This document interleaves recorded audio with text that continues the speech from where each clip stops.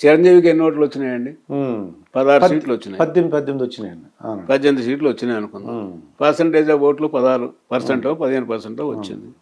మరి నువ్వు సీఎం కావాలంటావు కాసేపు, నేను ప్రభుత్వ వ్యతిరేక ఓట్లు చీల్చనేమను అంటావు కాసేపు, నేను పదవి కోసం రాలేదు అంటావు కాసేపు. ఏం మాట్లాడుతున్నావు? ముందు సెంటెన్స్కి తర్వాత సెంటెన్స్కి సంబంధం లేకుండా మాట్లాడుతున్నాడు.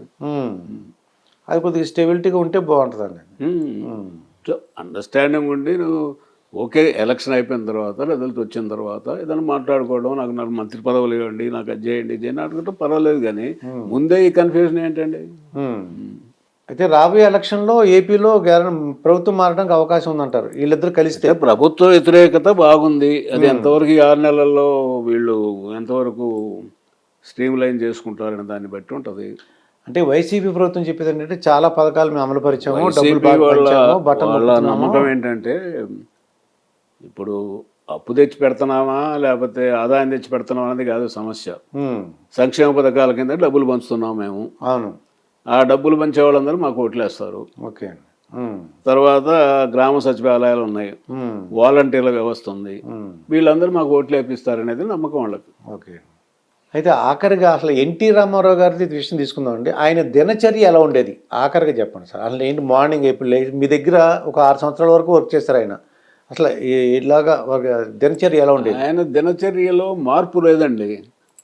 రాత్రిపూట 10 గంటల వరకు మేలుకొని ఉన్నా 3 గంటలకు లేస్తాడు, 2 గంటలకు పడుకున్నా 3 గంటలకు లేస్తాడు. ఓకే. మామూలుగా అయితే ఆయన 7 గంటలకు పడుకుంటాడు. నైట్ నైట్ ఎప్పుడు కూడా అంటే ఏదన్నా ప్రోగ్రాంలో ఉంటే తప్ప మామూలుగా అయితే 7 గంటలకు పడుకుంటాడు. ఓకే. 3 గంటలకు లేస్తాడు, 3:30కు లేస్తాడు. బ్రహ్మ ముహూర్తం అనేది. ఓకే. 1 గంటన్నర 2 గంటల పాటు వ్యాయామం చేస్తాడు. వ్యాయామం అంటే ఏంటి? ఫిజికల్గా బస్తీలు తీస్తాడు. తర్వాత యోగా బాగా చేస్తాడు. చెమటలు పట్టిపోతాయి. ఓకే. ఇంకా తర్వాత స్నానం అది చేసేసి 5 గంటలకి బ్రేక్ఫాస్ట్ కూడా ఫుల్గా తింటాడు. కోడి తింటాడు ఆయన, ఏ అనుమానం లేదు. మనల్ని కూడా అక్కడ తినమంటాడు. అంటే బ్రేక్ఫాస్ట్లోనా లేకపోతే లంచ్? బ్రేక్ఫాస్ట్లోనైనా లంచ్లోనైనా ఎప్పుడు అవైలబుల్ ఉంటే తినేస్తాడు. అది అంటే నాటుకోడి ఇష్టం అంటారా మళ్ళీ మామూలు చికెన్? నాటుకోడి తింటాడు. తర్వాత ఇక లేచిన తర్వాత 5 గంటలు దాటిన తర్వాత ఇంకా ఇంటర్వ్యూల కోసం ఎదురు చూస్తుంటారు. ఎవరు ఆఫీసర్లు ఎవరు వస్తారు కదా ఆడ నుంచి. ఇక మామూలుగా మధ్యాహ్నం లంచ్ కూడా పెద్దగా తిండు ఆయన. రైస్ పెద్దగా తిండు. ఇక తినకూడదంటూ లేదు ఆయనకు. ఓకే. ఇప్పుడు ఎన్ని ప్రాబ్లమ్స్ ఉన్నా, షుగర్ ఉన్నా, లేకపోతే బీపీ ఉన్నా, హార్ట్ సర్జరీ అయినా జిన్ను దగ్గర నుంచి వెన్నపూస దగ్గర నుంచి స్వీట్ల దగ్గర నుండి అన్ని తింటాడు ఆయన. ఓకే. ఏ తినకూడదో మళ్ళా అంటాడు షుగర్ వాళ్ళం, అన్ని తింటాడు ఆయన. అవన్నీ కూడా ఈ ఎక్సర్సైజ్ దెబ్బకి అది అవుతా ఉంటాయి, న్యూట్రలైజ్ అన్నమాట. మధ్యాహ్నం పడుకునేవారు అంటారా? మధ్యాహ్నం పడుకోవడం ఎప్పుడు ఉండదండి. ఇంకా నైట్ ఎవరు లేకపోతే కాసేపు. కాకపోతే ఆయనకు ఒక అదృష్టం ఏంటంటే 5 నిమిషాల్లో గాఢ నిద్రలో పోతాడు ఆయన. ఓకే. ఫ్లైట్లో పోతున్నా, నేను హెలికాప్టర్లో పోతున్నా 5 మినిట్స్లో మంచి నిద్ర పడతాడు. మరి ఫ్రెష్గా వస్తుంది మొహం. అది మన వల్ల కాదు. అది కష్టం మాత్రం అంత మాత్రం కష్టపడేటువంటి మనిషిని మనం చూడలేమండి. అది ఒక్కోసారి మనకనిపిస్తుంది, ఎందుకు ఇంత కష్టపడుతున్నాడైనా, ఒకటం లేని మహారాజుగా బతికాడు, సినిమాల్లో అనుభవించని ఆనందం లేదు, రాని పేరు లేదు, డబ్బు ఉంది, అన్నీ ఉన్నాయి కదా, ఎందుకు ఇంత కష్టపడిపోతాడో అనుకుంటాం మనం కూడా. కాకపోతే ఆయన నేచర్ అలాంటిది. సార్ ఇది ఇప్పుడు ఎన్టీ రామారావు గారు తన చైతన్య రథాన్ని వాళ్ళ కొడుకు రన్ చేశారు అంటున్నారండి, హరికృష్ణ. అలాగే బాలకృష్ణతో ఎలా ఉండడు? తన అంటే ఈ సినిమా రంగం తన యొక్క వారసుడేమో బాలకృష్ణ అని చెప్పారండి. అలాగే సినిమా రాజకీయంగా అది అయితే సినిమా వారసుడు అయితే బాలకృష్ణ. హరికృష్ణ గురించి అసలు ఎలా మాట్లాడేవారు? ఆయన కొద్దిగా అగ్రెసివ్గా ఉన్నట్టు అనిపించేదండి మాకు చూడడానికి. అంటే హరికృష్ణ ఎప్పుడు కూడా నేను ఒక చీఫ్ మినిస్టర్ గారి కుమారుడినని, ఒక ఎన్టీఆర్ అంటే గొప్ప ఫ్యామిలీలో నేను ఒక సభ్యుడినని ఏ రోజు అతను గర్వపడటం కానీ ఆ విధంగా బిహేవ్ చేయటం కానీ ఉండేది కాదు. ఈవెన్ డ్రైవర్లతో కూడా మిగిలిన కొడుకుల కంటే కూడా డ్రైవర్లంతా అతన్ని లైక్ చేస్తారు హరికృష్ణని. ఎంత సింపుల్ మ్యాన్ అంటే నన్ను మామ అని పిలిచేవాడు. ఓకే. ఇప్పుడు చైతన్య రథం ఊరి దగ్గర పోయి ఆగుతుంది కదా, ఒక ఊరి దగ్గర ఆగినప్పుడు ఈ కార్పెట్ ఇది ఉంటుంది కదా మన లారీల మీద కప్పేది, అవునండి, టార్పాలిన్, దాన్ని బండి కింద వేసుకుని పడుకునేవాడు. అంటే మామూలు డ్రైవర్ లాగా లేదు, కాసేపు పిచ్చపాటి మాట్లాడుకునేవాళ్ళం. ఆయన సిగరెట్ కాల్చేవాడిని, నేను సిగరెట్ కాల్చేవాడిని. నా జేబులో ఆయన తీసుకునేవాడు, ఆయన జేబులో నేను తీసుకునేవాడిని. ఎన్టీఆర్ గొప్పతనంలో ఇది కూడా ఒకటండి. తన పిల్లల్ని ఎవరినైనా, మా పిల్లల్ని కానీ ఆడపిల్లల్ని కానీ ఎప్పుడు కూడా ఒక్కరోజు కూడా ఆయన చీఫ్ మినిస్టర్గా ఉన్న టైంలో సెక్రటేరియట్ గేట్ దాటలేదు. ఇవాళ ఎమ్మెల్యే తమ్ముడు, వాడి కొడుకు, బావమరది, ఇంకొకడు అంతా పెత్తనాలు చేసేవాళ్ళే కదా. అవునండి. ఒక్క కొడుకు కానీ ఒక కూతురు కానీ పోనీ ఆఫీసర్ తోటైనా ఏదో మాకు ఈ ట్రాన్స్ఫర్ కావాలా, మాకు తెలిసిన వాళ్ళు అది ఇదని అడిగిన సందర్భాలు లేదు.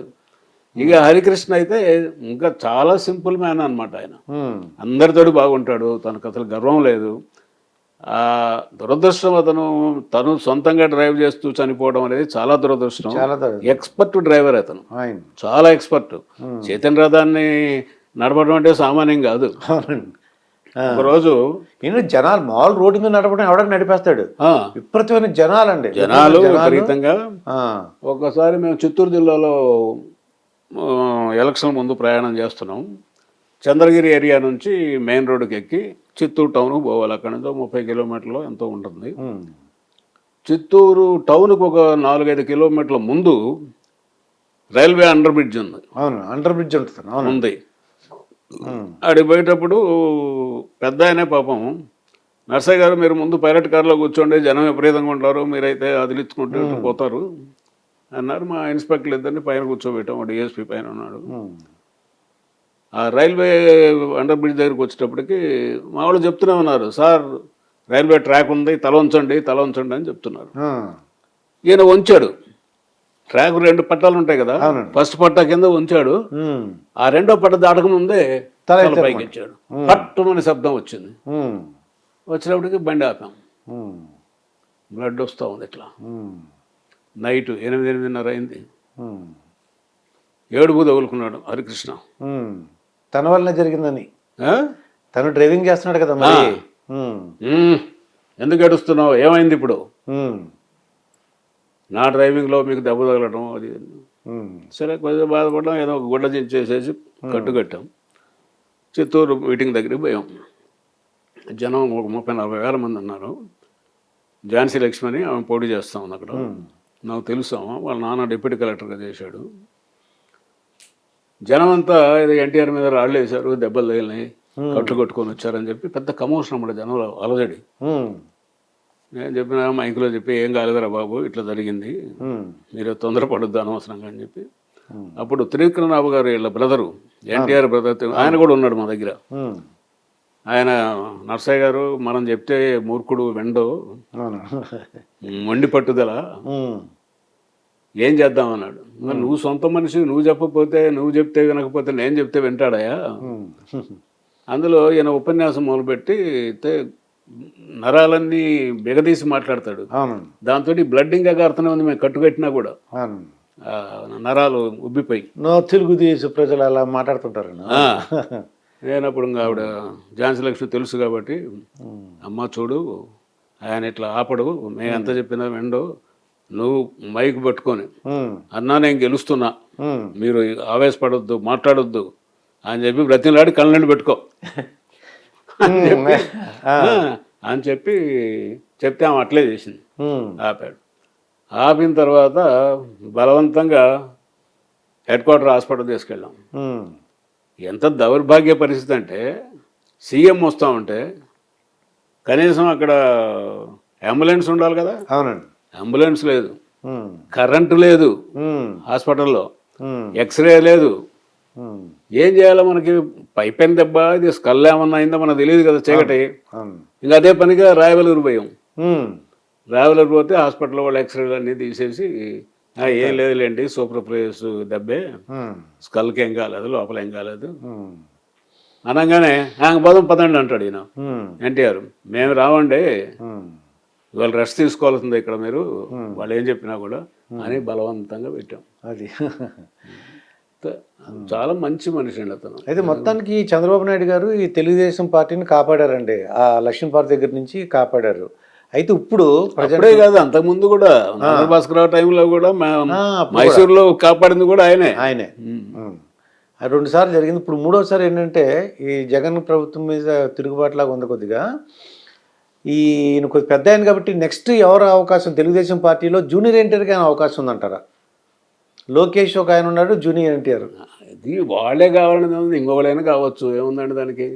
ఇప్పుడు వారసత్వం ఇది ఏమైనా రాజకీయ రాచరికమా? కాదు కదా. తండ్రి తర్వాత కొడుకు రావాలా, కొడుకు తర్వాత ఇంకోళ్ళు రావాలా, అది ఏం లేదండి. ప్రజలు ఎవరు ఎన్నుకుంటే వాళ్ళు, అది ఎవరైనా రావచ్చు. ఆ పార్టీలో ఎవరైనా కొత్త ఇంకో నాయకుడు కూడా వచ్చినా, జూనియర్ ఎన్టీఆర్ అయినా కావచ్చు, లోకేష్ అయినా కావచ్చు, ఇంకొకళ్ళైనా కావచ్చు, దానికేముందని. అది ఇప్పుడు చెప్పలేం మనం అట్లా. అంటే వీళ్ళు ఏమంటారంటే లోకేష్కి ప్రిఫరెన్స్ ఇస్తున్నారు, జూనియర్ ఎన్టీఆర్ పక్కన పెట్టారు అంటుంటారు. పక్కన పెట్టేది ఏముంది, అతని సినిమాలు అతను చేసుకుంటున్నాడు.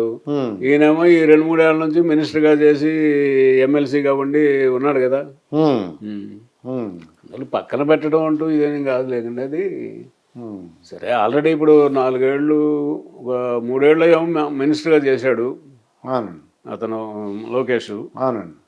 తర్వాత ఇప్పుడు ఎమ్మెల్సీ ఉంది. మరి ఇతనేమో జూనియర్ ఎన్టీఆర్ ఏమో సినిమాల్లో బిజీగా ఉన్నాడు కదా, ఆస్కార్ అవార్డు అది ఇదంతా. మరి రావాలనుకుంటే రావచ్చు, ఏముంది, వాళ్ళ తాత పార్టీని ఎవరు కాదంటున్నారు, అందరు కావాలనే అంటారు. జూనియర్ ఎన్టీఆర్ కూడా వస్తే మంచిదనే అంటారు. వీళ్ళు రాజకీయ నాయకులు ఏంటని కొంతమంది, వాడు వస్తే మంచి వీళ్ళు దెబ్బతింటారని, లేకపోతే వీళ్ళు ఏదో చేస్తారని. ఇప్పుడు కుచిత రాజకీయాలు అయినప్పుడు ఏం మాట్లాడతారండి. ఇప్పుడు ప్రజలు ఎన్నుకున్నప్పుడు, ఇక్కడ కూడా అంతే కదా, తెలంగాణలో కేటీఆర్ ఎందుకు రాకూడదండి? కేటీఆర్కి ఏం చదువు లేదా, తెలివి లేదా, మినిస్టర్గా బాగా చేస్తున్నాడు కదా. అందువల్ల ఇది తప్పది, అసలు ఆలోచనే తప్పు అనమాట. అంటే ఓట్లేండి, ఇది ఏంటంటే ఈ తెలుగుదేశంను జనసేన కలిస్తే కొద్దిగా టఫ్ కాంపిటీషన్ అంటున్నారు చాలామంది. అవును, అది కలవటము, తర్వాత ఓట్లు. ఇప్పుడు నాయకులు కలవటం కాదు కదా, కింద ఓట్లు కూడా పర్కులేషన్కి పోవాలా. అది వాళ్ళకి వీళ్ళు వేసుకోవడం, వీళ్ళు వాళ్ళు వేసుకోవడం జరిగితేనే అప్పుడు ఉపయోగం. అదే. మరి మీరు ఎలాగ రెస్ట్ తీసుకున్నారా, లేకపోతే ఏమైనా ఆధ్యాత్మిక కార్యక్రమాలు పాల్గొంటుంటారా? మీరేమన్నా ఇంట్లో ఏం చేస్తుంటారు ఇప్పుడండి? ఏమి లేదండి, ఏదో చిన్న చిన్న పనులు, వాళ్ళు ఫ్రెండ్స్ వాళ్ళు వస్తుంటారు. నేను మామూలుగా 5:30-6కి లేస్తాను. లేచేసి అప్పటికంటే మా మిస్సెస్కి మధ్య కొంచెం ఆరోగ్యం సరి అవుతాం, కొద్దిగా లేట్కి లేస్తాయి 7-7:30కి. ఓకే. కాఫీ పెట్టుకొని కాఫీ తాగేసి ఒక అరగంట యోగా చేస్తాను. ఆ తర్వాత 45 మినిట్స్ వాకింగ్ చేస్తా. ఓకే. ఆ తర్వాత స్నానం పానం. అది ఓకే. అది మీరు ఆరోగ్యంగా ఉండాలని మంచి, అంటే మంచిగా ఏమైనా అవకాశం ఉంటే సామాజిక సేవ కార్యక్రమం పాల్గొనాలని కోరుకుంటున్నాను. థ్యాంక్ యూ అండి. ఓకే, నమస్కారం.